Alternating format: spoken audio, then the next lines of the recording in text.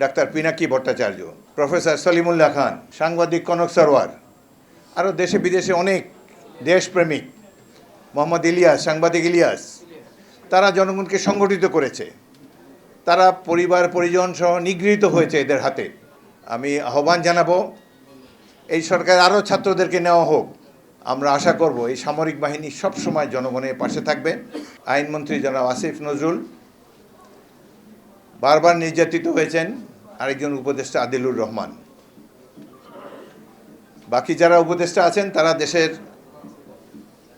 কৃতি সন্তান, কিন্তু অনেকের মধ্যে বিপ্লবী চরিত্র নাই।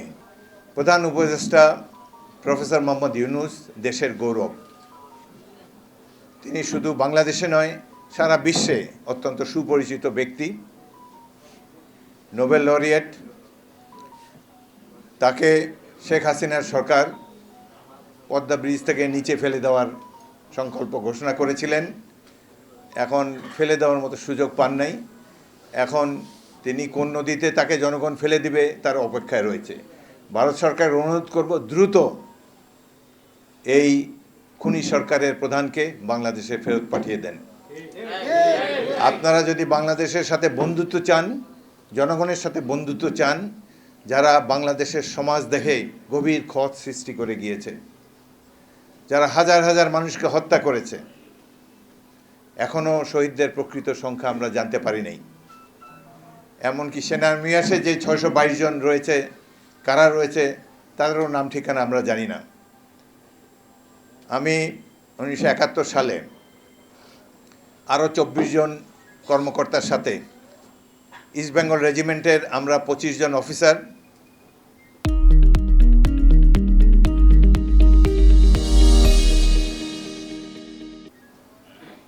Major Ziaur Rahman, major Shafiullah, major Khaled মোশাররফের নেতৃত্বে আমরা 25 জন বিভিন্ন 5টি ক্যান্টনমেন্টে পাক সরকারের বিরুদ্ধে বিদ্রোহ করে মুক্তিযুদ্ধ শুরু করি এবং আমরাই বাংলাদেশ সেনাবাহিনী সৃষ্টি করি। এদের অনেকেই পরলোক গমন করেছেন এবং বাংলাদেশ সেনাবাহিনীর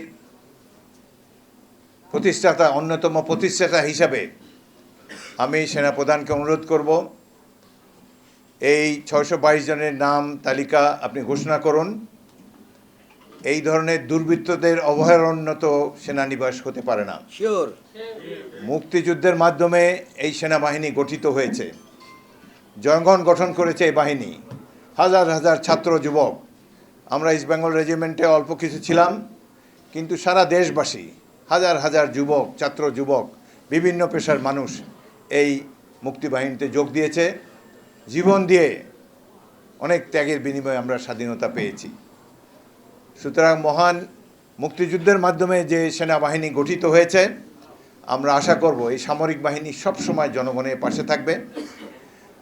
বিগত আন্দোলনের চূড়ান্ত পর্যায়ে সেনাবাহিনী প্রধান এবং তরুণ অফিসাররা তারা যে বলিষ্ঠ ভূমিকা রেখেছে, তারা বলেছে যে বাংলাদেশের জনগণের উপরে আমরা গুলি চালাতে পারি না, এবং এই স্বৈরাচারী সরকারকে উৎখাত করার জন্যে আমি বাংলাদেশ সেনাবাহিনী এবং সামরিক বাহিনীকে অভিনন্দন জানাচ্ছি। কিন্তু এখনও দেশ গড়ার অনেক কাজ বাকি আছে। প্রফেসর ইউনূস এদেশের বীর সন্তান। তিনি সারা বিশ্বব্যাপী বাংলাদেশের মুখ উজ্জ্বল করেছেন। বাংলাদেশের আন্তর্জাতিক ফেস হলো প্রফেসর ইউনূস। তাকে পতিত সরকার অনেক হেনস্থা করেছে। সুতরাং তিনি একটি বিপ্লবী সরকারের নেতৃত্ব দিতে যাচ্ছেন।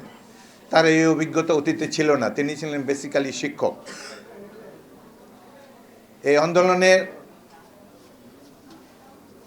বিপ্লবে সরাসরি অংশগ্রহণ করেছেন আইনমন্ত্রী জনাব আসিফ নজরুল। বারবার নির্যাতিত হয়েছেন আরেকজন উপদেষ্টা আদিলুর রহমান। বাকি যারা উপদেষ্টা আছেন তারা দেশের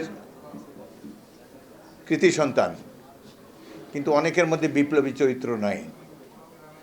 এদের কেউ কেউ হাসিনা সরকারের পৃষ্ঠপোষকতায় ছিলেন, হাসিনা সরকারকে সমর্থনও দিয়েছেন।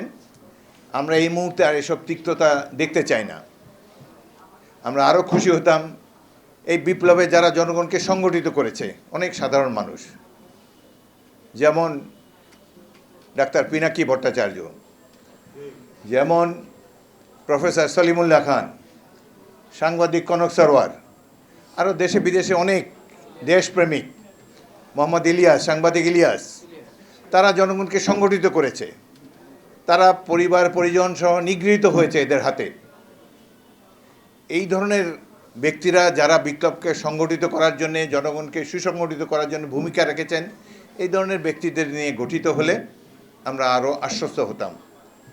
আমি ধন্যবাদ জানাতে চাই এই লড়াকু ছাত্র সমাজকে।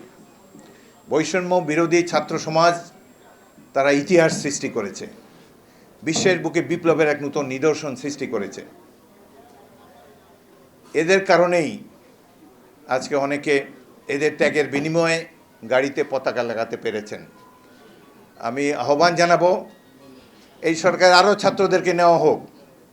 বৈষম্য বিরোধী ছাত্র আন্দোলনে যারা জীবন বিপন্ন করে ত্যাগ তিতিক্ষার বিনিময়ে এই সরকারের পতন ঘটিয়েছে, তাদেরকে নিয়ে গঠিত হোক সরকার। বুদ্ধিজীবীর আর বেশি দরকার নাই।